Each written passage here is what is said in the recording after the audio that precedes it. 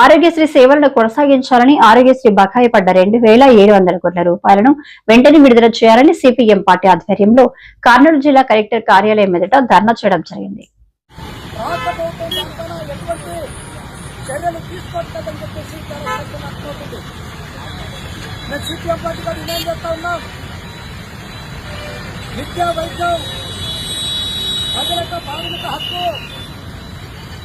ప్రాథమిక హక్కుగా వచ్చింది వైద్య సేవల్ని ఎందుకు విడుదల చేయట్లేదు, ప్రజలకు సమాధానం చెప్పాలని చెప్పి మేము కోరుతా ఉన్నాం. ఏం కోరుతా ఉన్నారు వాళ్ళు?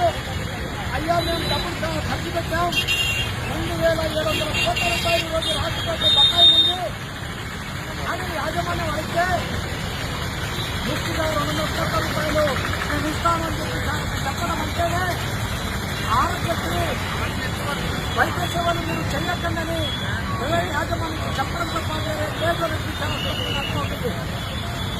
అందుకోసం సిపిఐ పార్టీగా మేము డిమాండ్ చేస్తా ఉన్నాం. రాష్ట్ర ప్రభుత్వం తక్షణమే 2,700 కోట్ల రూపాయలు ఏదైతే ఆరోగ్యశ్రీ బకాయిలు ఉన్నాయో ఆ బకాయిని తక్షణమే విడుదల చేయాలని చెప్పేసి సిపిఐ పార్టీగా మేము డిమాండ్ చేస్తా ఉన్నాం. ఆ రకంగా విడుదల చేస్తేనే ఈ రాష్ట్ర ప్రజల పట్ల, ఈ రాష్ట్ర ప్రజల్లో వైద్య సేవల పట్ల ఈ రాష్ట్ర ప్రభుత్వానికి స్పష్టమవుతుంది. ఆ రకంగా విడుదల చేయకుండా గొడవలు పెట్టి 200 కోట్లు ఇస్తాను లేదు 300 కోట్లు ఇస్తానంటే ఆ రకంగా వైద్య సేవలు ఆపడం తప్ప లేదు. అందుకోసమే తక్షణమే రాష్ట్ర ప్రభుత్వం ఈ నిధులు విడుదల చేయాలని డిమాండ్ చేస్తాం.